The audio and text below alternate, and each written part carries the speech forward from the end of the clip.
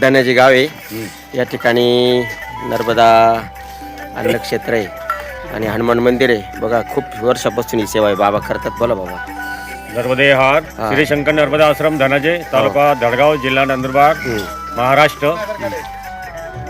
हे आपलं शंकर नर्मदा आश्रम हे 10 वर्ष झाले. हे आपल्याला नर्मदा परिक्रमावासींना सेवा देत आहे.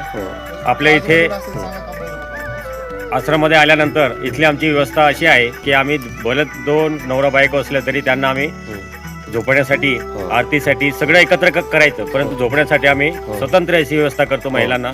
आणि बाबा लोकांना पण सुद्धा स्पेशल स्वतंत्र अशी आम्ही त्यांची राहण्याची व्यवस्था करतो. आणि आम्ही इथे तुम्हाला जेवणाचा प्रोग्रामासाठी आम्ही सकाळ दुपारचं जेवण आणि संध्याकाळचं जेवण आम्ही त्यांना चपाती भाकरी भाजी भात वरण हे आम्ही सगळ्यांना खाऊ घालतो. आणि नर्मदा परिक्रमावासी जे आपल्या परिक्रमाला येत आहे, हे त्रिवेणी संगमचा आश्रम आहे. तुमचं आपलं खप्परवाल म्हणून येतात आणि परत मधला एक रस्ता आहे पायवाट, हे तुम्हाला ते अवघड येते.